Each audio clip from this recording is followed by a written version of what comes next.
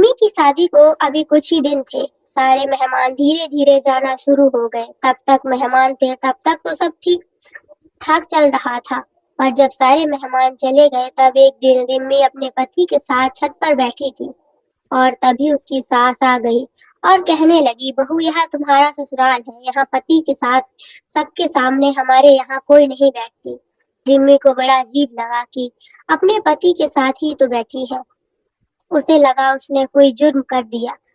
अब अब तो रोज सास का टोकना शुरू हो गया। अपनी तरफ से रिम्मी कोई शिकायत का मौका नहीं देती थी, फिर भी उसकी सास कभी रिम्मी को पल्ला ठीक करने के लिए कहती, कभी रिम्मी चार बातों के बीच में आके बैठ जाती तो उसकी सास उसे घूरने लगती और तब तक घूरती जब तक कि रिम्मी वहां से उठ के किचन में ना चली जाती।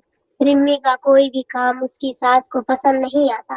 रिम्मी कितना भी अच्छा कर ले लेकिन सास कोई ना कोई कमी निकाल ही देती। हद तो तब हो गई जब सास रिम्मी के आने जाने पे भी टोकने लगी। इधर मत खड़े हो, उधर मत देखो, कोई देख लेगा तो क्या बोलेगा। रिम्मी के पति मयूर के एक दोस्त की शादी थी और मयूर को जाना था। रिम्मी ने सोचा शायद उसे भी जाना होगा तो उसने भी एक साड़ी पसंद कर ली पहन के जाने के लिए। पर सास ने कहा, बहू हमारे यहाँ औरतें शादी में नहीं जाती। रिम्मी बेबस हो गई, क्या कहती जब पति की रिम्मी का साथ नहीं देता। रिम्मी सोचने लगी, कैसा ससुराल है, यहाँ कितनी पाबंदी क्यों है, सब कुछ अजीब है। यहाँ अपने से बड़ा कोई भी दिख जाए तो सास सर के पल्ले को और आगे मुंह तक सरका देती है। रिम्मी को कहीं जाने नहीं दिया जाता था। उसकी सास बस हर समय काम करने के लिए किचन में ही रखती थी। ऐसा लगता वो इंसान नहीं बैल कोल्हू हो, बस खटकती रही। रिम्मी सोचती, ऐसा हमारे यहाँ तो नहीं होता, सब काम के साथ साथ हंसी मजाक भी करते हैं, सब बड़ों के साथ भी बैठते हैं और अपने पतियों के साथ भी रहते हैं। पर यहाँ मैं तो क्या कोई छोटा भी बड़ों के सामने बैठा नहीं है। हंसी मजाक की बात तो दूर है, मयूर की अपनी माँ के सामने रिम्मी के पास कम बैठता था, उससे बात भी कम करता। रिम्मी जितना पूछती बस उतना ही जवाब मिलता।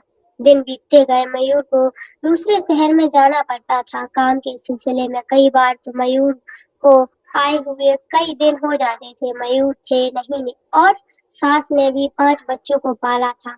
बाबूजी की जगह सास को काम मिल गया था क्योंकि बाबूजी सारे बच्चे जब छोटे थे तभी चल बसे थे। दोनों नंदों की शादी हो चुकी थी। बड़े भाई और भाभी दूसरे शहर में नौकरी करते रहते थे। छोटा देवर भी बाहर नौकरी करता था। मयूर बिचले बेटे थे जो साथ रहते थे। रिम्मी काम करके जब भी सुनतान बैठती तो उसकी सास फिर से कोई काम कह देती। आने जाने वालों को भी मेला लगा रहता था। रिम्मी को सब बहुत अजीब लगता था। वो सोचती अगर शादी ऐसी होती है तो वो कभी शादी ना करती। इस बार जब से मयूर शहर गए कई महीने हो गए, बिल्कुल भी नहीं आते थे और फोन करने पर फोन भी नहीं उठाते थे। घर वालों ने पता किया तो पता चला कोई और लड़की है जिसके साथ मयूर ने पहले ही शादी कर रखी थी और एक बच्चा भी है उसकी। पर मजाक से डर से कुछ नहीं बोला। पर सास को जब पता लगा तो रिम्मी को ही दोषी मानने लगी। कहने लगी, क्या करता मयूर बेचारा, तूने ज्यादा कुछ तो लाई नहीं। सोचा था शादी करके आएगी तो जिंदगी सवर जाएगी, पर मयूर को ही बाहर काम के लिए जाना पड़ता है। वो हो गया जो होना है, अब रोना कैसा, कौन सा तुम्हें छोड़ रहा है। रिम्मी को जब पता लगा तो उसने झटका लगा, वह अंदर से टूट गई। रिम्मी के सारे सपने और जिंदगी बर्बाद हो गई थी।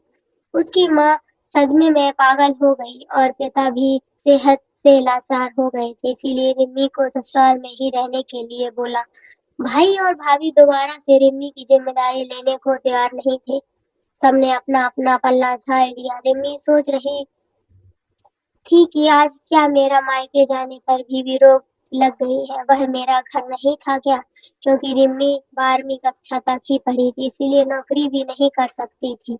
रिम्मी के पास कोई चारा ना था। वह ससुराल की कई काल कोठरी में कैद होकर रह गई। उसे कोई सहारा देने वाला नहीं था। आज शादी के कई साल हो गए पर रिम्मी की जिंदगी खाली पन्नों की एक बंद किताब की तरह रह गई थी। लोगों की डर की वजह से नहीं जाती थी मायके। उसे यह भी पता चला सास ने पहले जेठानी को भी तंग किया था, पर नौकरी लगने की वजह से वह चली गई थी, कभी आई नहीं थी।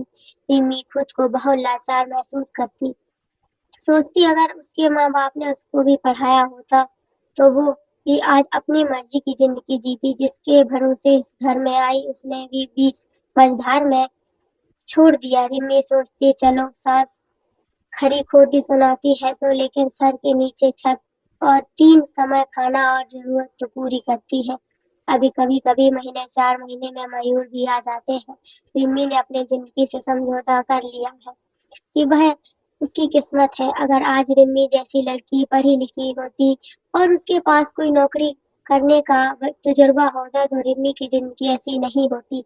रिम्मी अपने पैरों पे खड़ी होती। रिम्मी जैसी कितनी ही लड़कियाँ समाज में घिनौनी करतूतियों का शिकार हो जाती है और दहेज न मिलने पर ससुराल और मायका दोनों दुश्मन बन जाते हैं। बाद में कोई मायका अपनी ही बेटी को नहीं रखना जब तक ही बेटी अपने पैरों पर खड़ी हो, क्योंकि शादी होने के बाद बहुत काम माँ-बाप होते हैं जो बेटी की जिम्मेदारी उठाते हैं।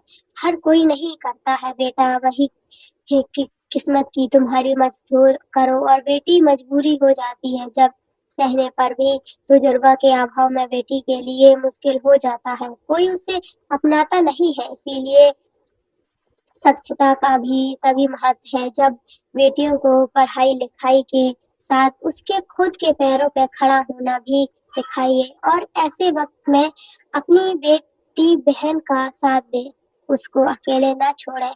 आशा करती हूँ आप मेरी बात से सहमत होंगे।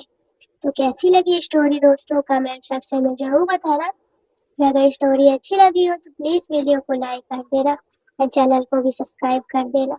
राधे राधे।